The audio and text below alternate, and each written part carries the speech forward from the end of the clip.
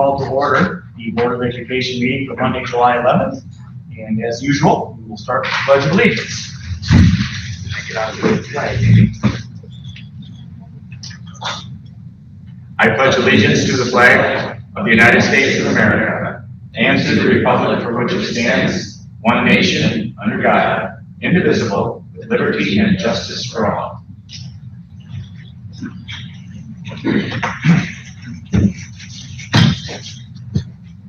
All right, Mr. Garman, are you aware of any changes to the agenda? No changes to the agenda. Make a motion to approve the agenda as presented. I'll second. Thank you. Motion from Rick, seconded by Dave to approve our agenda. Questions?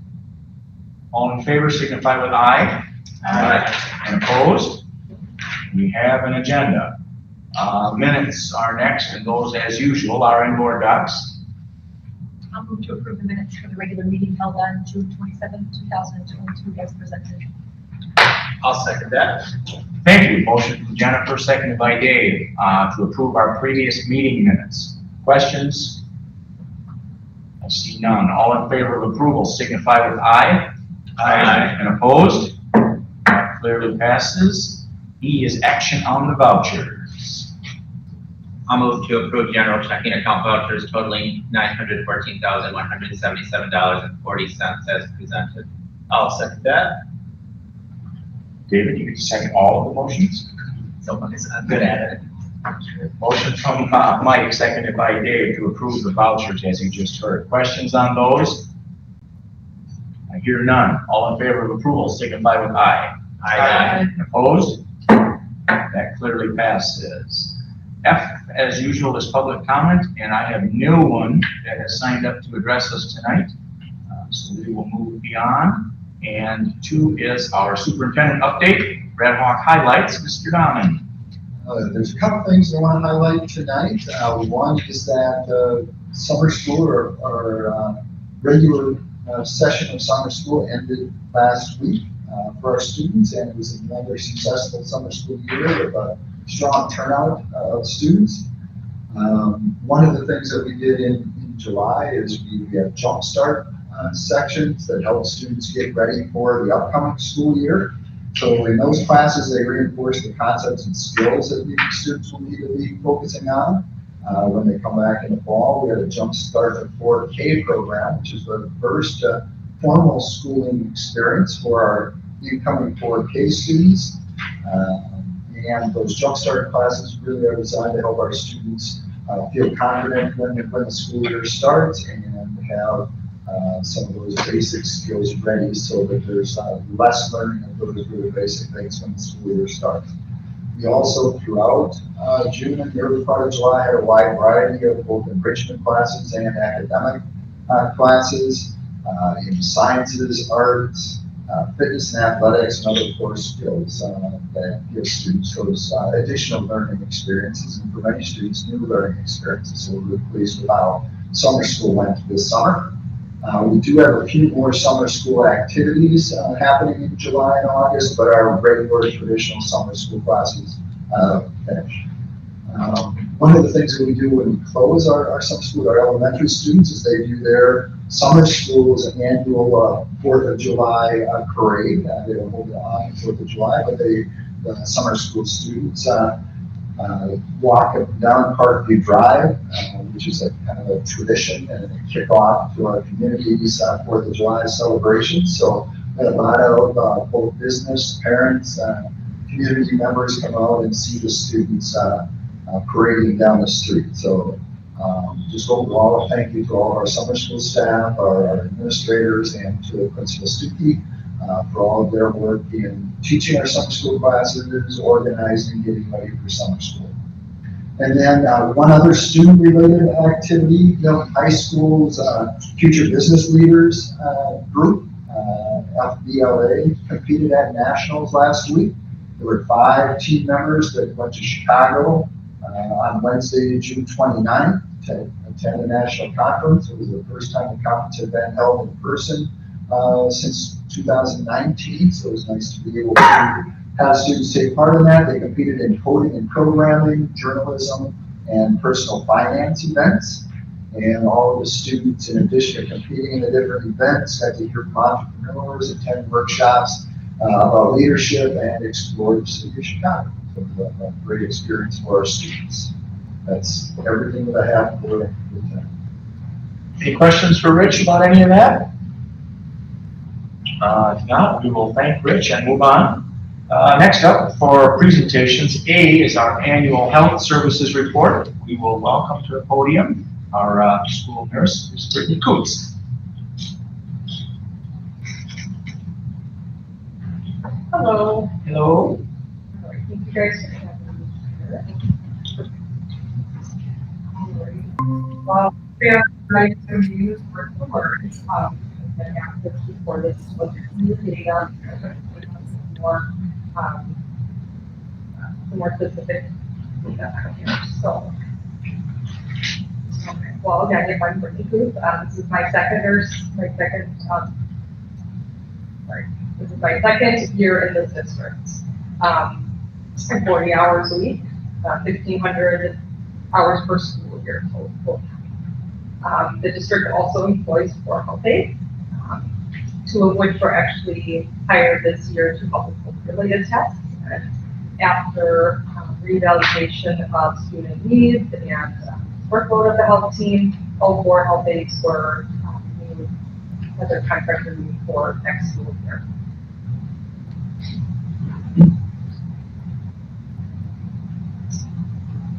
Oh, sorry. Okay. So I'm part of the Fort's Healthcare School Nurse Program. They do employ and work with 11 different schools, ours being one of them, and employ 15 school nurses. Some of those districts do have more than 1 nurse.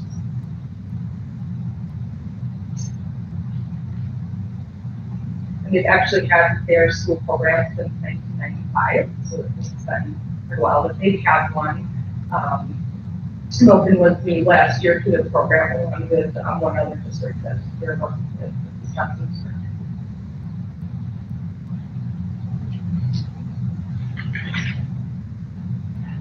So the role of the school nurse, we're here to help to help with the students, their medical needs, help with the community at the school, just to keep them safe, healthy, keep the kids ready to learn as much as possible. Definitely during COVID times, it's more tricky than normal years, but with a lot of the team, not just health team, but the whole school district to, still working through that and making strides where we can. The goal of school nursing program to that Fort Healthcare utilizes, they do have like a list of requirements that they would like their nurses to have, and then just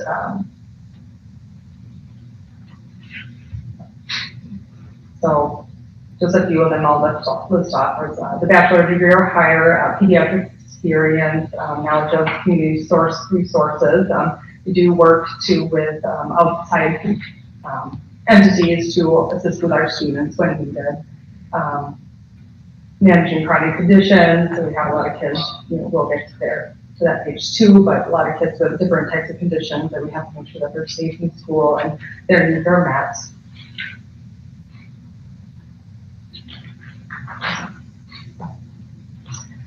Student presentations and education. So this is the topic that I would really like to incorporate more into my role into the school. We were able to implement some both germ hand washing presentations for the students, and that was actually really fun to do some more hands-on. Some of the other education that some of the other districts do are dental education, heart care, personal hygiene, Star Wars. So again, something to look forward to the future, to get myself more involved into the school setting too, or not just kind of be a separate entity outside, but maybe get in the classroom, help with some teaching, and just be more involved that way. So do staff emergency medication training. We have students with diabetes, a lot of students with different type of allergies that require EpiPens, students with inhalers, seizure medications that are occasionally needed. So shown in the picture up there are many different types that I do train for. I'll train with specific staff, I'll meet parents who are working with these students, just to make sure that, I'm not available right away, they know how to use these medications, make sure that, more team members too know how to use these things, and there's multiple people in the school setting, especially where certain kids are, that know how to give these if needed and what their certain health plan entails with that.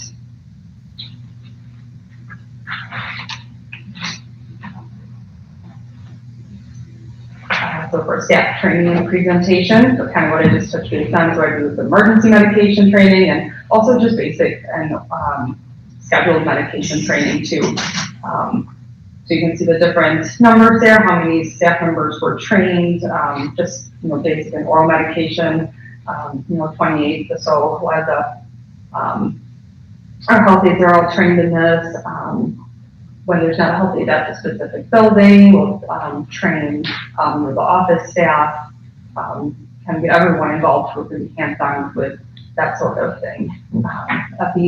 EpiPens 2, glucagon 10, and the number's different too, I just want to mention, because there's not always maybe a student in a certain building that has a type of emergency medication, so I don't always train someone in our school if there's not, per se, a diabetic student there. There's no emergency glucagon to be given.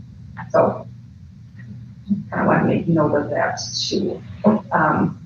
Another goal that for next year that I'm really excited to implement is to do a MERGE training, just kind of stage like a medical emergency, do a MERGE drill, get those teams together and actually working hands-on together through a situation. Kind of, we can go back through that and see what's the benefits for that, what things we need to work on, and really just kind of get them seeing that okay, this is what it might look like and make sure everyone's working together to work through that.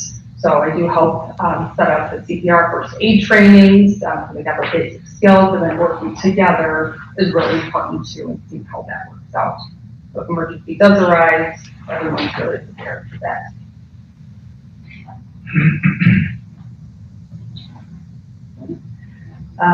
As you can see, we have quite a bit of students with different types of health conditions. The ones listed up there are can be more of the significant type ones. A lot of students with asthma, 7 students with diabetes, quite a bit of students with seizures, and again, the severe allergies. There can be mild allergies that don't always require EpiPen. The allergies can change throughout a person's lifetime, but currently there are 61. And then I was asked to gather data for mental health. From the health side of it, the reports I run, I believe either students are underdiagnosed or it's not always reported by the parents if you can have this diagnosis. I am fortunate that I do get to work with a lot of kids. My office is at the high school, so I do get to do office visits and see kids, and just from even just talking to them, and they'll say, well, hey, I have this is what my doctor said, and it's not always in our charge, and that's okay, because maybe parents don't always want to tell that to us, but I think that is important to mention, because that is something that can significantly impact a student and their needs. So something to try to get more data on to help kids and maybe put more protocols in place for mental health too. The health right here.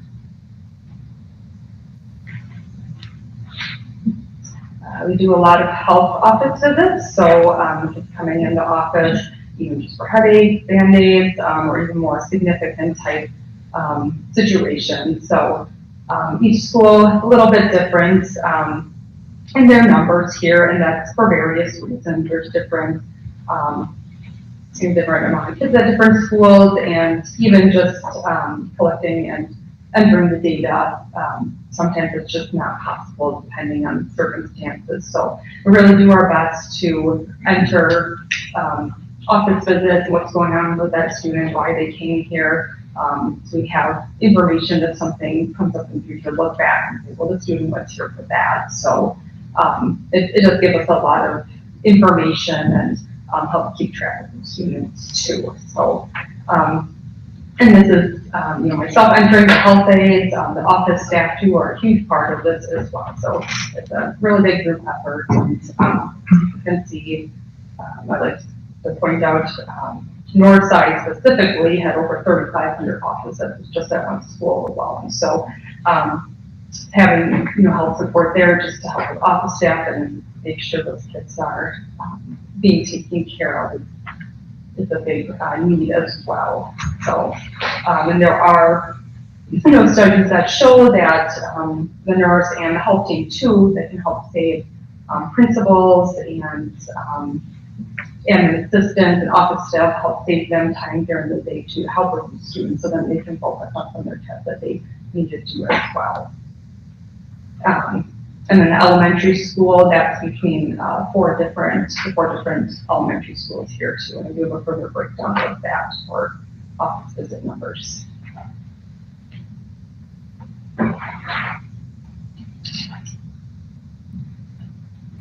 So medication administration, I did talk about the training that was given, but this is the data for how many medications were given during the school year. So just scheduled medications alone, 6,742 doses of scheduled medications given. So I think it's going to point that out too, not just because of the large number, but because every time the medication is given, you gotta make sure it's the right student, it's the right time, what you gotta know what to do if there's medication error. So, just making sure people are trained in that, making sure that's getting documented appropriately is really important to track that as well.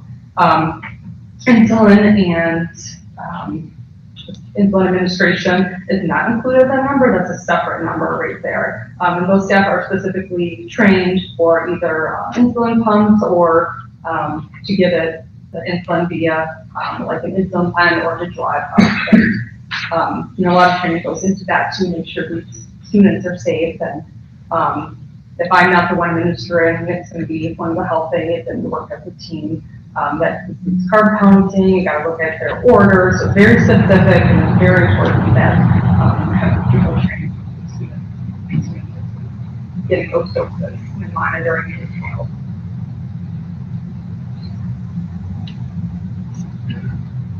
Something else that I take care of in the district is individualized health plans for student emergency plans. Very important to keep these updated as well, not just writing them, but making sure contact parents every year to hear if anything changes, we should get to teachers, so got to know what their plan is, if they have an epinephrine pen, do they have it on them if they're in high school, where do they keep it, so if they do have a reaction, we're going to find out right away and make sure that there's someone in the building that can administer that, the steps to follow for that too. So currently we have 74 active health plans, emergency plans, and we make sure that those are current and getting to the right individuals and make sure they're on field trips too. So that information is there, so whether or not on the school board. Also attend IEP meetings too, help with some of those students as well, making sure that their IEP is met, the health standards. I do help with 504s to medicate billing to that I do for a few different students. And I do not give hepatitis vaccines in the district. There are some districts that do that, and the school nurses offer that. I currently have not done that, but it is an area to discuss for the future. And that would be for staff.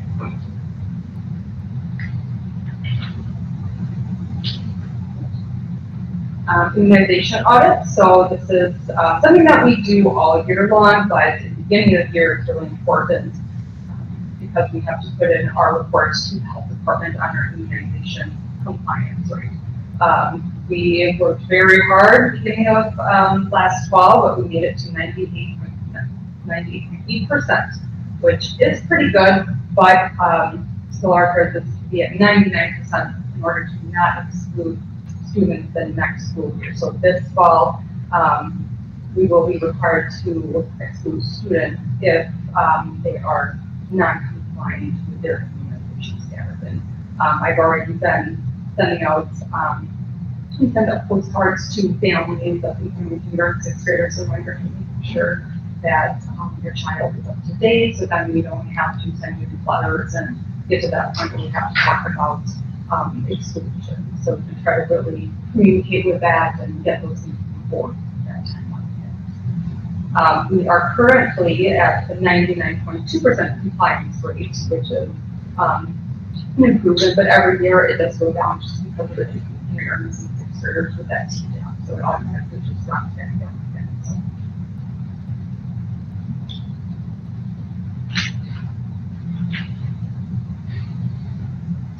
Student health screening, so we do vision and hearing screening. For vision screening, we work with the Lions Club, help set up the school, and they bring in their equipment, and they will screen students, and then we'll get referrals sent out to those families, so then they can get their child followed up with a care professional. The tools that we use in school, they are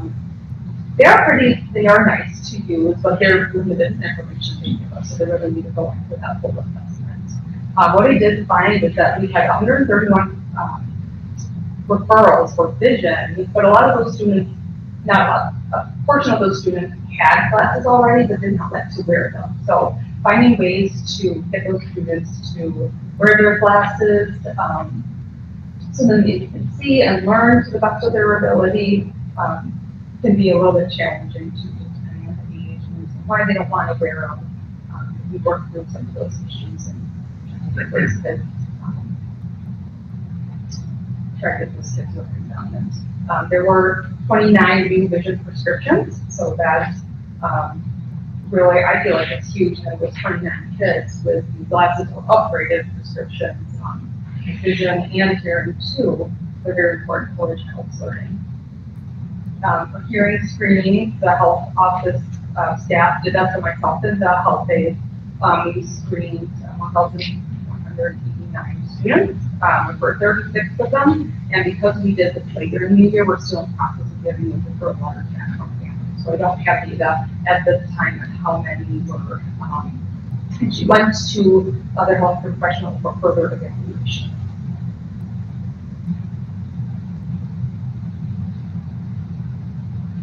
Dental health preventive services. So this year and for the previous few years, we worked with Brighter Smiles for in-school health, dental health services for students. Families would have different criteria and sign their child up, and then the entity would come in, do their exams, do their cleanings, referrals, and see these kids maybe once or twice throughout the school year, depending on how many times they were scheduled. But it is very important because some of these families don't have access to even, travel to a different town or even within their own town to see, dental services. They might just not have the opportunity or needs to do that. So to have a service come in school and see some of these students is really beneficial to get them the best care that they can. We're discussing options for a different program, one that's a little bit closer to home. We're here in Rock County, so we are looking forward to the Working Seal Trial Program based out of Rock County here, and they work with the Health Net of Rock County. They're partnered with Wisconsin Department of Health Services, so they have a lot of outreach as well within our community. I'm excited to work with them for the next school year and have them come in and provide services to our students.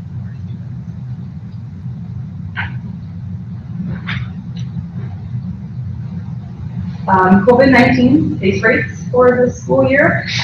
You can kind of see the trend there, broken down by students and staff. In the beginning of August, pretty minimal, and as the year went on, once we got to November, December, January, especially, cases really elevated. And that does go along with what the county is seeing to So it wasn't just focused to our school district. But with COVID, there were certain protocols to follow. So we were doing contact tracing, checking in with students that were at specific COVID-like symptoms, offering the testing within our district, and just trying to keep our school as healthy as possible for kids to learn. Our protocols did change several times throughout the school year, just based on what the guidance from our county and the CDC recommended. So we try to keep that communication up to date, so then the schools knew what to expect and what to tell families when they called. And I would like to mention too, we did have the on-site COVID testing this year, and I think that was really beneficial to our families and staff members. That was utilized 2,607 times. So they did that many tests here at the district office at our site. So it really helped with turnaround times, finding a location to get tested. And that was just kind of a challenge. And it was really close to, so a child came in and started kind of symptoms throughout the day. We have to go home, but we were able to help schedule them to come straight over to the district office, get tested, and then they would know within 24 to 48 hours if they were positive or negative. So helping get back into school as soon as possible.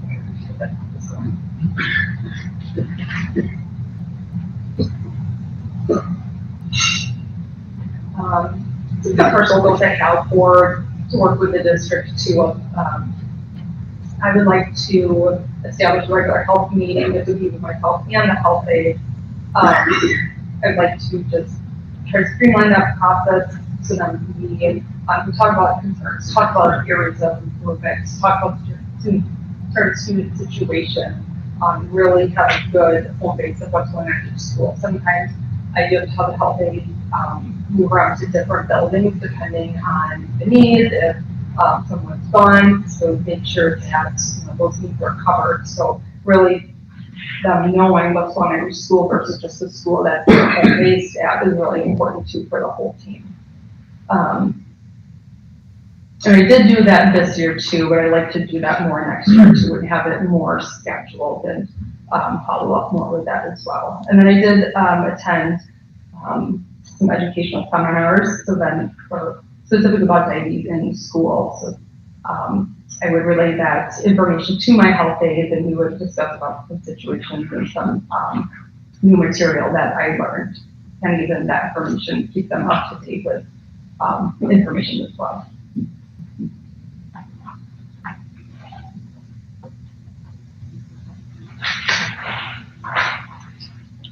And then I did touch base on some of these goals for next year, but again, the health team meeting is important. The MERT training drills I really like to do, and to streamline the process for field trip preparation. So just more communication with the health team and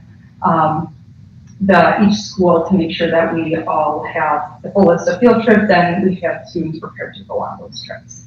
Just streamlining that communication process just a little bit more. Well, thank you very much for listening to my presentation. Are there any questions that I can answer at this time? Yeah, I have a question. Did you provide Narcan training for high school, middle school staff, and is there Narcan on site for those two buildings? I have not provided training for that. That is something I can do. I currently would have to look, but we would have to have a protocol in place, I believe, for the Narcan to be able to use that in the school setting. So I know at the high school we have our resource officer, and we don't have stock EpiPen on site that I keep, but that is something that would be beneficial, and that would be a good goal. I know some schools are putting like the spray in the AED, so then it's changed with windows are checked. So I got to your shelf life or whatever. So yeah, no, that's a really great idea. Yeah, definitely something to implement, because that is important too, and it can be. Brittany, I just wanted to say thanks for all the info and thanks for everything you and your team do to keep everyone safe and healthy. I specifically just want to say thanks for providing that COVID testing. I know lots of people who took advantage of that. The turnaround time was great. So thanks for that. You're welcome. Thank you. Yeah, I agree. It definitely was. Look forward to doing that next year as well. Just a quick question, and Rich, this maybe is for you. I don't have an issue with this at all. I'm just curious that we have Dean as our healthcare provider and Fort as the service provider for this. Again, I don't have any problem with that. I'm just curious how we arrived at having two different providers for similar services. We had, prior to contracting with Ford Healthcare for the nurse services, we had contracted or had hired our own school nurse. And when that person retired, we looked at whether we wanted to continue that or we wanted to contract it out. And we found just from both the services available, not just from the individual nurse, but having Ford Healthcare as backing that position and providing support for that position, we decided to go down that path to contract those services out.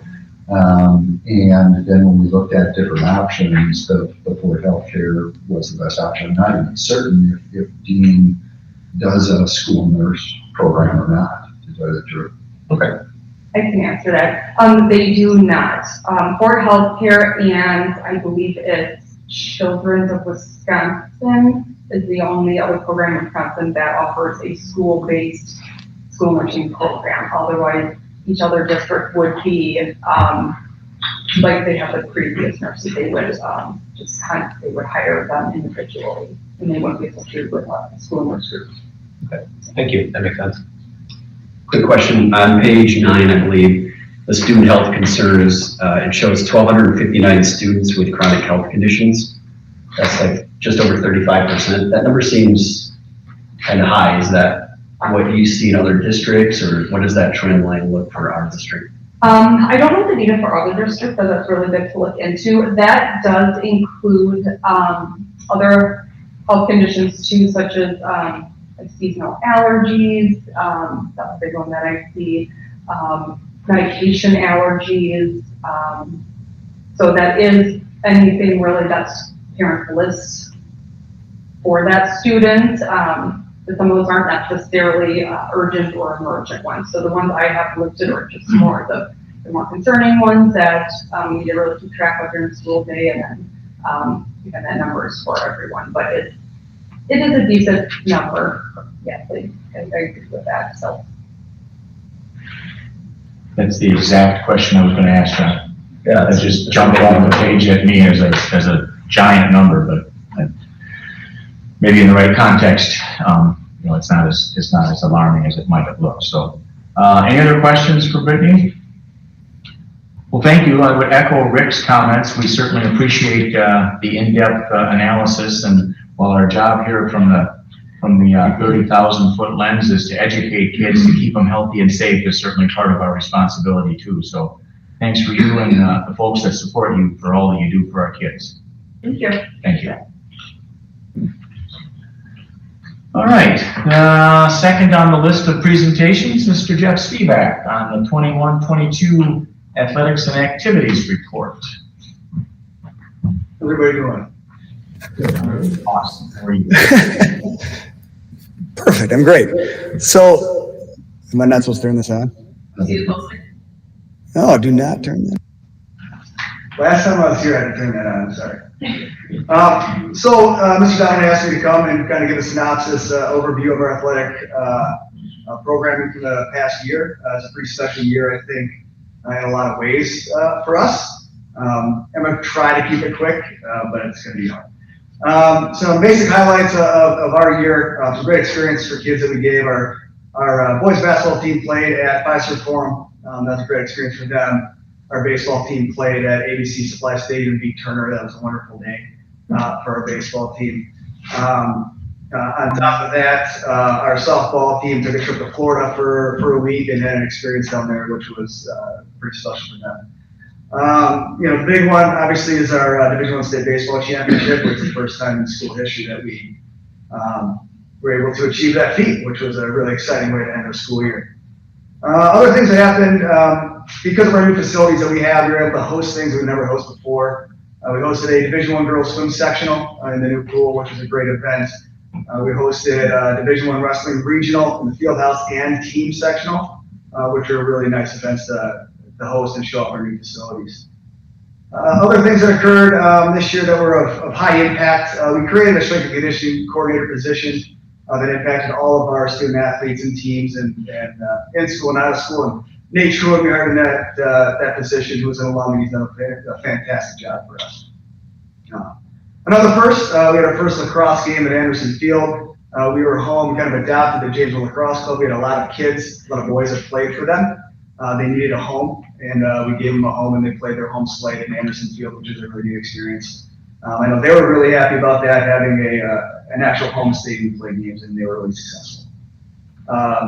If we go to individual state qualifiers, we had individual state qualifiers in girls swim, girls golf, boys golf, cross country, track and field, and wrestling. I'm not going to name them all, but we had a nice showing at state tournaments. We have 9 Red Hawks going forward after they graduated this year to play collegiate sports at various levels, and that's listed there in the community guide. The biggest thing, I think, the biggest highlight from this year, bouncing back, this will, I talked to Shelly on the way in, this coming year will be my first normal year working here, and came in the heart of COVID. We talked a lot about, as a coaching staff, rebounding from COVID. I think the biggest step that's really important is that we rebounded to post-COVID participation levels this year, which is a huge priority and a huge intentional goal of ours, and we were able to achieve that. So we are on average back to post-COVID participation numbers as a whole, which is great. We had a lot of team success. This fall, our football team made the playoffs. This winter, we had a really special boys basketball season. They had one of their best seasons in recent history. We're regional champions and had some really exciting games that we were able to host here. Wrestling, we're conference champions, regional champions. We had 7 state qualifiers, which Coach Yao told me was tied for the most in school this year. It's a really nice winter season. This spring, obviously, baseball regional champs, sectional champs, state qualifiers, and state champions. First time that's occurred. Our softball team had a really phenomenal year as well, as regional champions, sectional champions, and qualifying for state for the first time in, I think, like 30 years. On that note, a cool thing this Thursday, the Beloit Sky Carp game, our softball team and baseball team are being honored for the game in a little ceremony by the Sky Carp, so it's going to be a neat little thing for those kids and those families. I'm not big on really highlighting the individual accomplishments of kids. I'm gonna preface this by saying we had some really phenomenal athletes this year that were very special, and these athletes are able to achieve what they did because of the hard work of their coaches, families, and teammates. But I think we have some great examples here of Red Hawk athletes just executing at a really high level. I'm going to list a couple of those kids, talk about a little bit. Aiden Sinclair being one of them. Aiden Sinclair won Division I state wrestling champion at 170 pounds as a sophomore in high school. I think he set the record for points, actually, in a state tournament this year. The biggest thing about him is he was a sophomore, and he's currently ranked number 5 in the country at 182 pounds. So he is a nationally ranked wrestler, very phenomenal, once-in-a-lifetime type kid for Coach Yao. This spring, Gwen Baker, she had a lot of publicity. She threw 3 perfect games as our softball pitcher, 2 in the postseason down the stretch, and was very impactful. A huge reason why our softball team made it to the state tournament, and she broke the single-season strikeout record as a sophomore in high school. So that's exciting. Jack Campion, everybody knows Jack, but I think what's really important to celebrate about Jack Campion is that he's a 3-sport athlete and highly successful. One of the battles that we fight and every athletic department fights is sports specialization at a young age. And that really can negatively impact athletic programming when kids specialize early. Jack's a great example of an athlete that can be highly successful as a 3-sport athlete, and he really showed that this year. Really important to celebrate. And he's going to Southern Indiana on a Division I basketball scholarship. Last one kid I want to celebrate is Gavin Keelan, all-region, all-state, player of the year type kid. He is got a scholarship at the University of Louisville, but what's really interesting is that next week on the 17th, the MLB amateur draft starts, and he is projected to be an early round draft pick. I think he's currently ranked at number 100 overall draft prospect in this year's draft. highlight these athletes because these are very, very rare accomplishments that we saw, and it's really special to have. Facility improvements, we don't need to get into the referendum stuff, but I think it's really important to acknowledge that we did a lot of projects outside of the initial scope or additional to the referendum. The Athletic Performance Center, the weight room in North Balcony, to service all of our athletes. The athletic training room is completely outfitted with all new furniture and equipment to give our athletes a great training room. The Central Park project, which is wrapping up right now. If you go down there, it's looking great with new tennis courts, new throws areas, and some light recreation on those buildings. Those are all in addition to the referendum, and so I think it's important to acknowledge that because a lot of people worked hard to make those things happen. And then obviously with, I know Steve and me in the room, we're always talking about, we improved a ton of facilities, but we have a lot of improvement that still needs to be done. And it's, we're continuously having conversations, Steve and I, with our coaching staff about how to best do that. Programming improvements, we did a lot. This summer, summer school athletic performance class is a brand new structure we created that's going to carry over to the school year. Completely revamping how we are training our athletes, focus on athletic performance and injury prevention. That's a huge step forward in our processes. And part of this is intentionally teaching a red hot culture of what we want our student athletes to be, what we want our athletic programming to look like. And we're going to start doing that, in school and through athletic performance classes. Our athletic training took a huge jump forward. We had a new athletic trainer, Jeremy Clausen, came to us from the University of Duke. We're seeking out somebody who was stable and a highly professional person, which had kind of been lacking in the past. He has stepped in and done a phenomenal job and gives our athletes a collegiate level service, which is really appreciated by athletes and families, and coaches for that matter. Ongoing coaching evaluation process. I think this is important that we have success and it's not an accident, it's intentional because we're constantly looking to improve. And we have processes in place with our coaches, creating feedback loops with players and families to make sure we're constantly evaluating what we're doing and constantly improving. Lance just spoke to you the other week on MREC, so I don't need to get on that. We're really excited about the additions to MREC. The program we're doing for youth and adults in Milton. We're looking to collaborate more with our youth sports moving forward. That's a big goal. And I think a couple things to acknowledge, it's not on the list here, is we do have challenges moving forward. I think everybody does. In the next couple of years, what's going to be a challenge for us and we have to work through is hiring, just like our buildings with teaching staff and everything. The hiring of officials, the hiring of game workers and coaches is continuing more and more challenging. And that's going to be something that we're going to have to step up and work through in the next couple of years. Transportation continues to be a huge challenge. There's just again, it goes back to that hiring piece that there's not enough drivers to meet our needs at times. And we work very hard with the right way to best service our teams that way as well. And then I think the other thing that we have to always be paying attention to is real participation numbers broken down by group. So there are some groups that we see some decline in some sports, some demographic of kids that we have that we need to address and constantly be working at to keep up. Any questions? Thanks for all the info, Jeff. It's so great to see things get back to normal. Yeah. I noticed you have something on here about renovation of the stadium. Yeah. And this is a dream wish list that we have. Yeah. We are always talking about. That's just kind of my thing. It's like I always want to see what's next, right? We put some really good projects to bed and are using those now. So what's next? And I think we're looking at the long-term vision here with a lot of those things. I guess the reason I'm asking is that I think the accessibility of the stadium is really lacking. Yeah, I think that's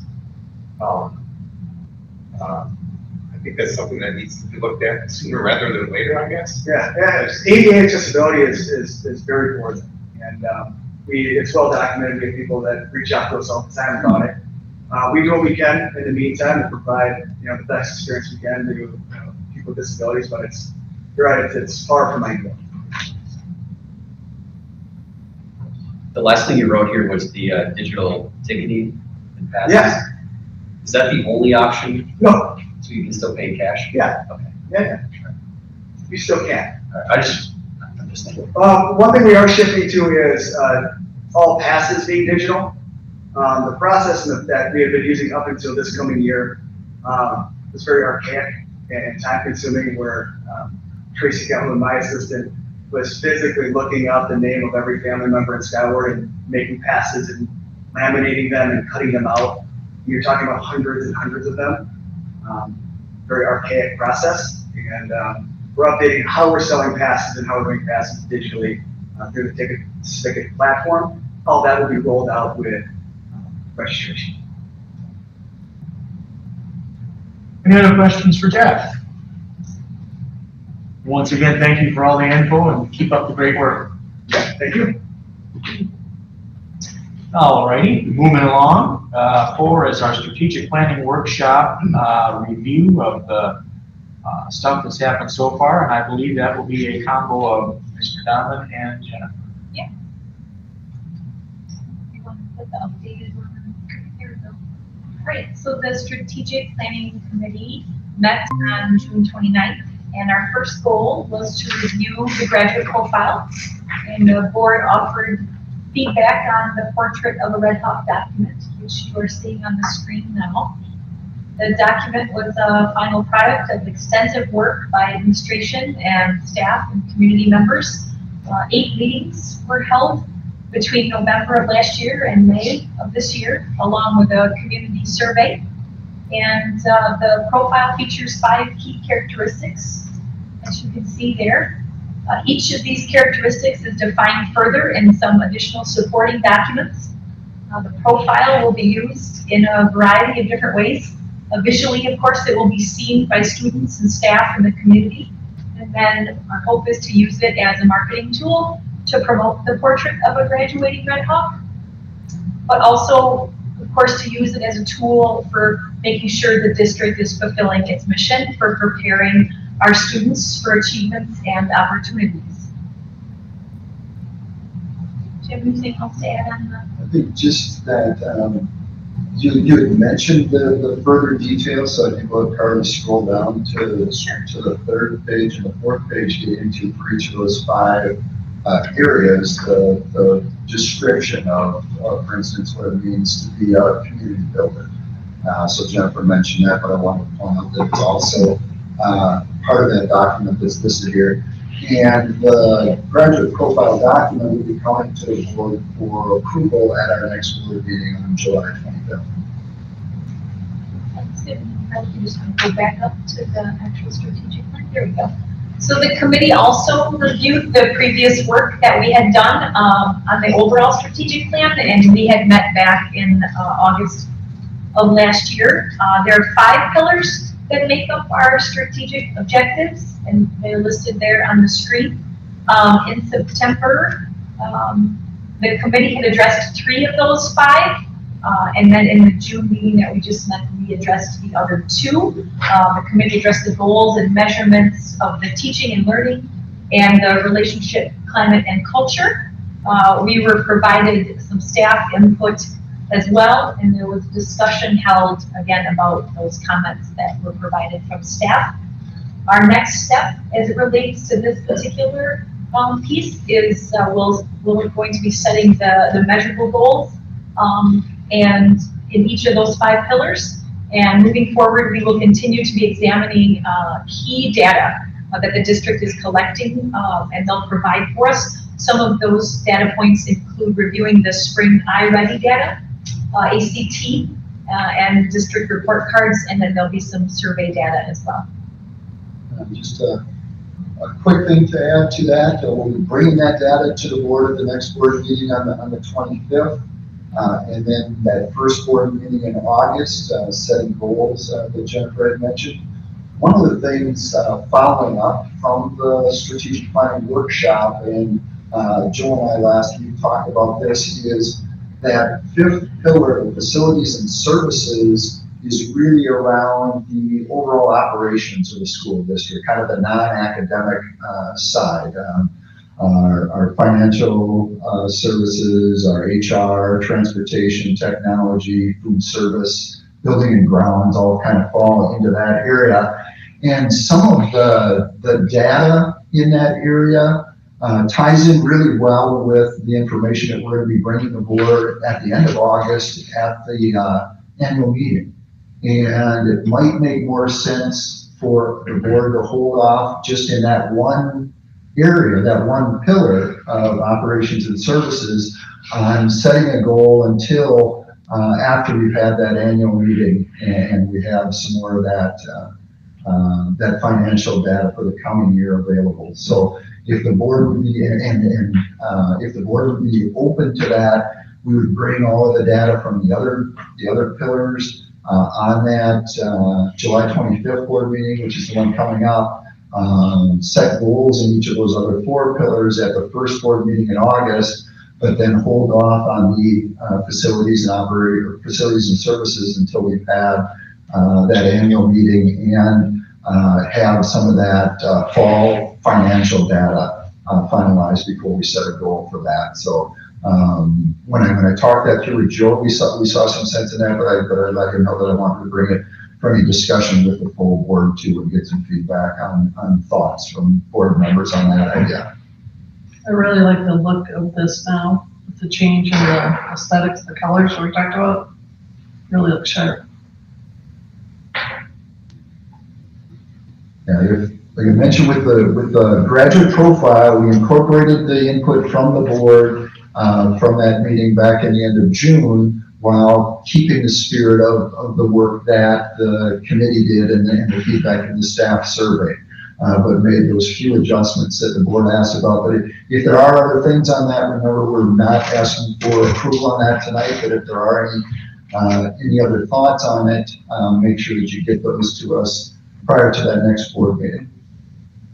And then any feedback from the board on that idea of separating out the goal setting on the facilities and services pillar until after the annual meeting?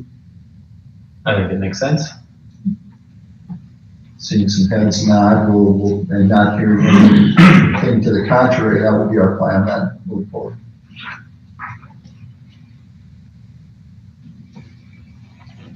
That what you got? That is all I have. And I think that was A and B both, wasn't it, if I'm paying attention?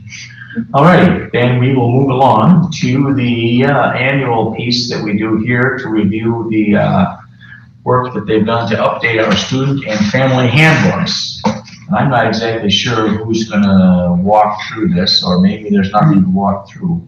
We don't have a presentation, and the handbooks aren't they aren't action items for the board, but we bring them every year to update the board on the handbooks.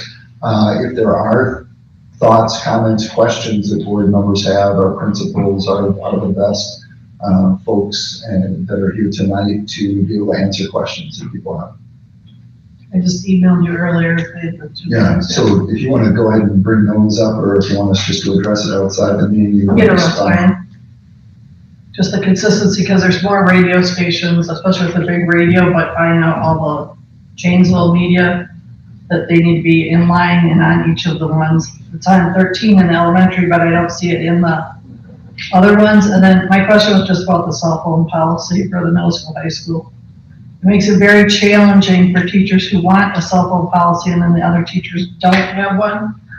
I know at least during the teaching part of the day, it's just a challenge all the way around trying to teach with cell phones, period. So I don't know. It sounds like it's going to be up to the individual teacher, but it'll make it very challenging for the teachers who are trying to impose one when other teachers don't have them, so. Back to the first thing you had asked about was related to weather announcements, school closings, and because of inclement weather. And we communicate that out with the handbooks, but the handbook isn't the main way that we get that information out to families. We have it on our website, and we send a mailing out to every family before we get to the inclement weather season.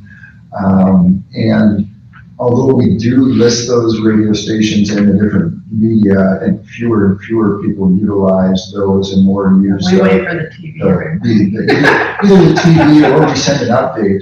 As soon as we make a decision, we message it out to our admin team, and then we send out Carrie Kleba sends out an email blast and a text message blast to everyone too. But I do think making sure that we have some consistency across that is important. And then your second comment about the cell phone policy, our And I think you're right that particularly at the middle school and the high school is the largest concern. And our principals work with the staff in each of their schools to determine what they're going to have in place for policy and communicate that out with both students and staff. Yeah, I tend to agree with you, Shelley, on the cell phone item that, just like children hit their parents against one another and things like that, maybe do the same thing with, well, in Mike's class, I can use my cell phone, why can't I use it in here? Honestly, there's nothing productive going on it during in class. If somebody needs to be researched, they have their iPad or laptop or whatever it is. I also think it would make sense to have just a universal position. Cell phone during class is. My concern was also videotaping of teachers and using that inappropriately, the cheating that we see going on. Jeremy, you want to speak to it just a bit? Yeah. To clarify, the student handbook does say that cell phone use is limited to the non-instructional time. That is the passing period and lunch periods. The language in the handbook states that any use during the class period has to be authorized by the teacher. Right. And so I don't think it's worded that way. Look It again. just says, use of such items during time will be left to individual teacher discretion. Right. So if they choose to utilize some staff, which want to be able to have students be able to utilize the cell phone for private learning environment, then they have the ability to do that. But it does state that it's restricted to unless the teacher's allowing within the class space. There's no doubt that obviously there's challenges along with that. But that's just, I wanted to clarify that it is restricted to those times unless the teacher is saying we're going to use these now. And then obviously administration will support the staff with their models and how they're using them within the classroom. Jeremy, do you have any anecdotal experience amongst other high school principals? What's the state of the art, or is it all over the map? It's all over the map. As far as what's allowed at each school? Right, no, I think we're probably more in line with where most other schools are. Some have gone to more, say no cell phones whatsoever, and then teachers then have to enforce that. Yeah. That's currently, and I like I said, that's exactly where we are right now, but some staff still want students to be able to utilize them when they want them to. And it's really helping staff to enforce what the rules are. And that's what we have to do. Thank you. Yeah. So Jeremy, would you say, before you leave, would you say that a teacher would use their cell phones, like for a special project they might be doing? They could, they certainly could. Now, are students also using them where it's a distraction to the learning process? Absolutely. We have to support staff in helping address those situations. I would agree that does happen. So that's probably, the challenge that you're referring to as well. But I just want to be clear that it does state that it's unless the teacher wants them to be able to use the phones within the classroom.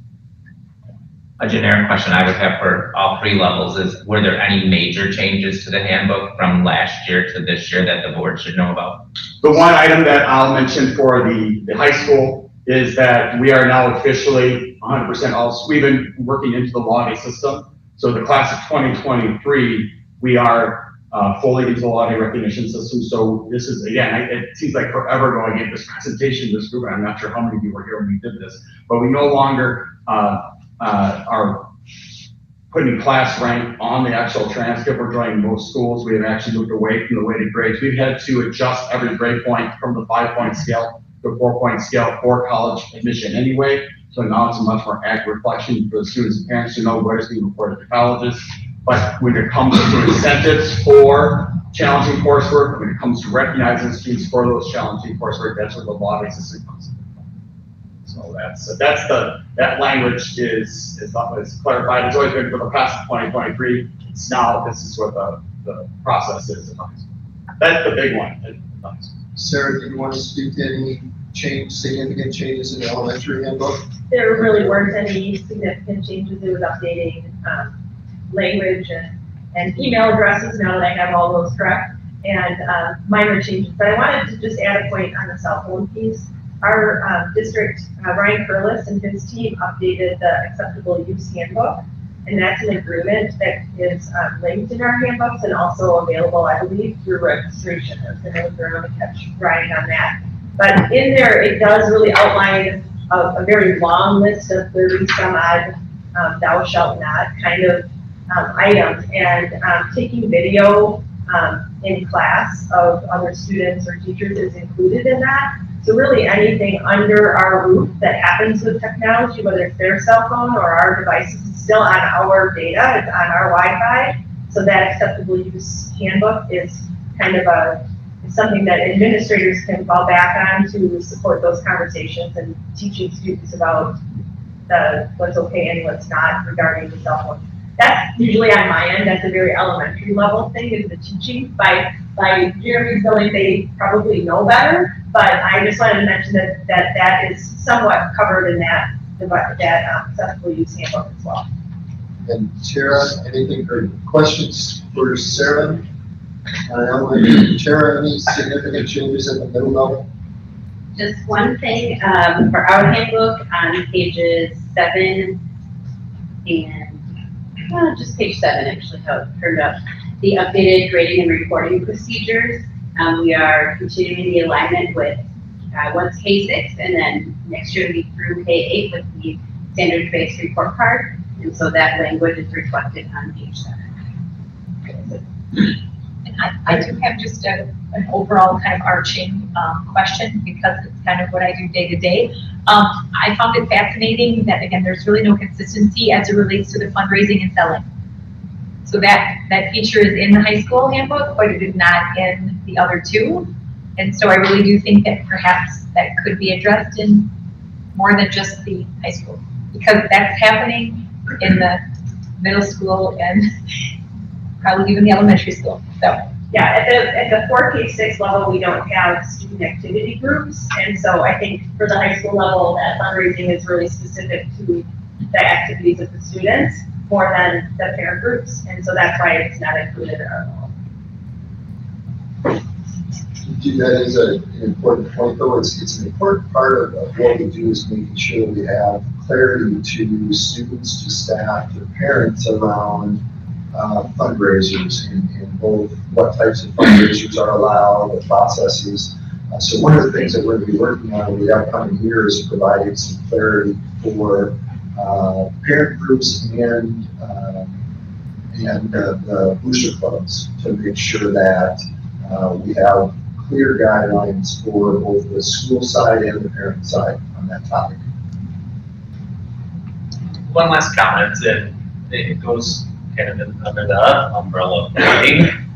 I don't know in all of the years I've ever spoken to people if any parent likes E's and S's and all these kooky letters for grades, but at the end of the day, I think everyone understands what an A is, what a B is, and what a C is, so on and so forth.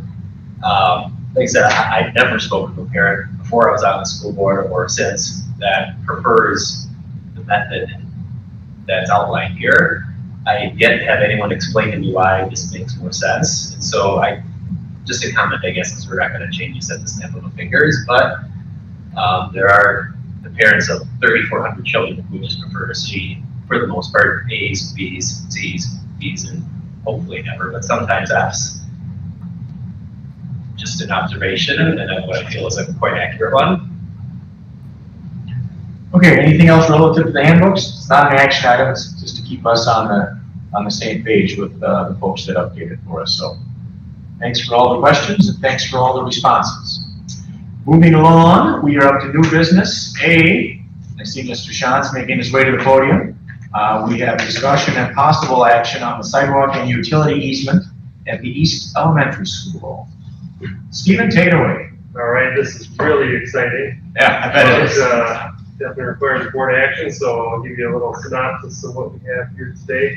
The city approached me last week letting me know that they're proceeding with their one of their long-term projects, which is to put sidewalks in on the east side of Milton East, so kind of connecting South Goodrich Park to North Goodrich Park. And they found that the easement that they have with us for utilities in front of our property along Old 26 over Janesville Street was insufficient to add a sidewalk to it. So they had their legal counsel draft up a new utility and sidewalk easement so that that sidewalk would look the way it should running through our property. that's a general safety improvement for us to have a sidewalk over there, and that's no financial cost to us. That's that's a city plan. That's kind of a project that they had been pursuing for a few years. So this is just the dotting i's and crossing t's part of that. So, any questions? Stephen, ultimately, is the city paying for the sidewalk then, or? Yes. Okay. Yep. That was my only question. What about the upkeep and maintenance? So we would be responsible for plowing, salting, shoveling of that, but we already have our equipment down there. Anyway, that's that's building that we take care of internally. So it's relatively easy, and just to cruise down with the Bobcats. I think one of the biggest advantages is when that sidewalk is in place on the school side of Janesville Drive, it will increase the safety for students, families, having that additional sidewalk. So it really is a win for the school district to get that put in place. And that does complete the whole sidewalk project around both Goodrich Parks and through our properties. So that would be the last phase of that for the city. I'll make a motion to approve the sidewalk and utility easement agreement between the city of Milton and the school district of Milton at East Elementary in the form presented. I'll second it. Thank you. Motion from Rick, seconded by John, to approve our sidewalk and utility easement agreement as Stephen explained. Are there any questions? All in favor of approval signify with aye. Aye. And opposed? Thank you, Mr. Shantz. Thank you. Mr. Ruggles is making his way up. B on new business is discussion and possible action on the student academic standards for 22-23. And this is an annual thing we do. So welcome, Ryan. Absolutely. Yeah, thanks for having me. Yes, this is an annual requirement by Wisconsin State statute that we have to come before you every July and ask for approval of the academic standards. So by state statute, we have to bring these forward to the board, we have to adopt, and then we have to post online. So if you recognize this document, it looks pretty similar over the last 3 years. We've added the information and technology literacy standards, the ITL standards, and we added the social emotional learning competencies last year at this meeting. But otherwise, this document is unchanged, and the standards for this year are unchanged as well. So there are no new standards. All the links are updated, and if you would follow any of those links and go to the Wisconsin Department of Public Instruction website, it's quite sensitive. They've been doing a lot of work around standards over the last several years, a lot of good work around the standards over the last several years. And they are continuously updating their timeline for review of Wisconsin academic standards. For instance, this year, just in January, they started looking at the early learning standards, and for our 4K programs throughout the state of Wisconsin. They also looked at the literacy in all subjects matter and decided they were going to go away from those standards. This July, they'll start looking at agriculture, technology and engineering base, health, and then business and information technology standards. So each year, they have standard cycles in July and January where they start to look at and update new standards. Sometimes it's small changes, sometimes it's some bigger changes. The ELA that we talked about a year ago was some pretty significant changes. The math standards will be updated and will be ready for us here shortly. And as we move into 2023, health education and information and technology literacy will be two of the bigger ones that will come forward. So as those come forward, then we just match up our own internal curriculum and design cycle along with that process as well. Questions for me on stacking or standards?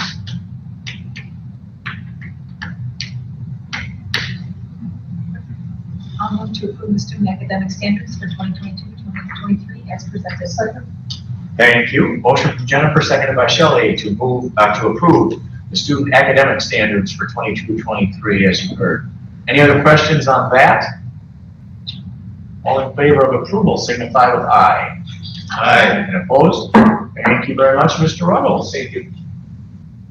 And Mr. Tukendorf is waiting in the wings. C, new business is discussion and possible action on 2022-23 teacher contracts. Thank you. On June 13th, 2022, the Board of Education approved the district's collective bargaining offer to the Milton Education Association, which resulted in a 2% increase to the base wage, or $903. And the attached salary matrix in your board docs was updated to reflect that 903 increase. And the other documents there is a list of the teachers that we are offering contracts to after our conversations over the last 6 months. So this step is, if approved tonight, we will start printing and stuffing and working on salary explanations that we'll be giving out to staff. The salary explanations in the past, we had always hand keyed. This year, we're trying to roll them out through Skyward. So they'll automatically be updated, the information will be in Skyward, and staff will be able to log in and be able to see that anytime throughout the year. So we have a little bit of a tutorial that we'll be sharing out with staff later this week, just to say, here's where it's at, please check it out. Any questions about the memo or any of the attachments? Make a motion to approve the 2022-23 teacher contracts as presented. I'll second that. Thank you. Motion from Rick, seconded by Mike, to approve our teacher contracts for 22-23. Any questions? Quick question. If you go through, because it's going to be done through Skyward and maybe more electronic this year, what if there's an error in final teacher pay to the high side or the low side? Do we go back and correct that, or? We definitely do. Yes, we definitely do, and we'll be bringing that back for your review. So yeah, anytime there's compensation, and we've had 3 different parties review these data. In your executive notes, you'll have the actual dollar amounts. So we'll be sharing that information out. If there is an error that is caused through HR or payroll, we'll definitely work to correct that and then bring that back up to the board. Any other questions? All in favor of approval of the motion on the floor, signify with aye. Aye. And opposed? Thank you, Mr. Kukendorf. Certainly. D is discussion and possible action on the athletics and activities and advisor staffing baseline for this coming year.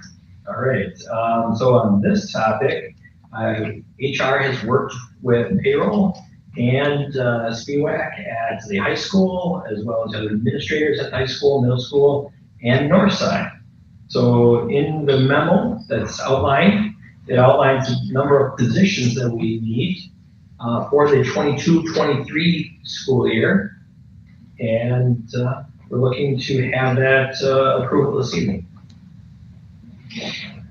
I move that 219 support staff athletics, activities, and advisor positions be the staffing baseline used for the 2022-2023 year. I'll second that. Thank you. Motion from Dave, seconded by Rick, to approve our staffing baseline for the athletics, activities, and advisors. Questions?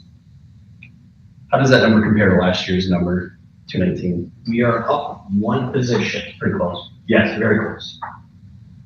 Anyone else? All in favor of approval signify with aye. Aye. And opposed? Thank you, Chris. Thank you very much. And last item of new business is action on 2022-23 alternative open enrollment applications, a summary of which is attached in board docs. And I see 6 ins and 5 outs. Yeah, just a quick update. At a previous board meeting, we approved all of the initial ins and outs for open enrollment. Families do have the ability to apply for open enrollment in or out throughout the year. So as you know, as those come in, we bring them to the board meeting. So this is in addition to or changes since the last overall approval that the board made. So we'll be bringing these periodically throughout the year. All right, I'll move to approve the 2022-2023 alternative open enrollment applications as presented. I'll second that. Thank you. Motion from Jennifer, seconded by Rick, to approve our alternative open enrollment applications. Any questions on those? All in favor of approval signify with aye. Aye. And opposed? Thank you. That completes our new business and a couple cursory things that are always here. Miscellaneous A is our staffing report. Make a motion to approve the staffing report as presented. I'll second that. Thank you. Motion from Rick, seconded by Dave to approve the staffing report. Questions on it? All in favor of approval signify with aye. And opposed? Thank you. And meeting dates, Mr. Don. Our next regularly scheduled board meeting is on Monday, July 25th, 2 weeks from tonight, here at our regular 6:30 meeting time. And then we would like to have a transportation committee meeting if transportation committee members are possible.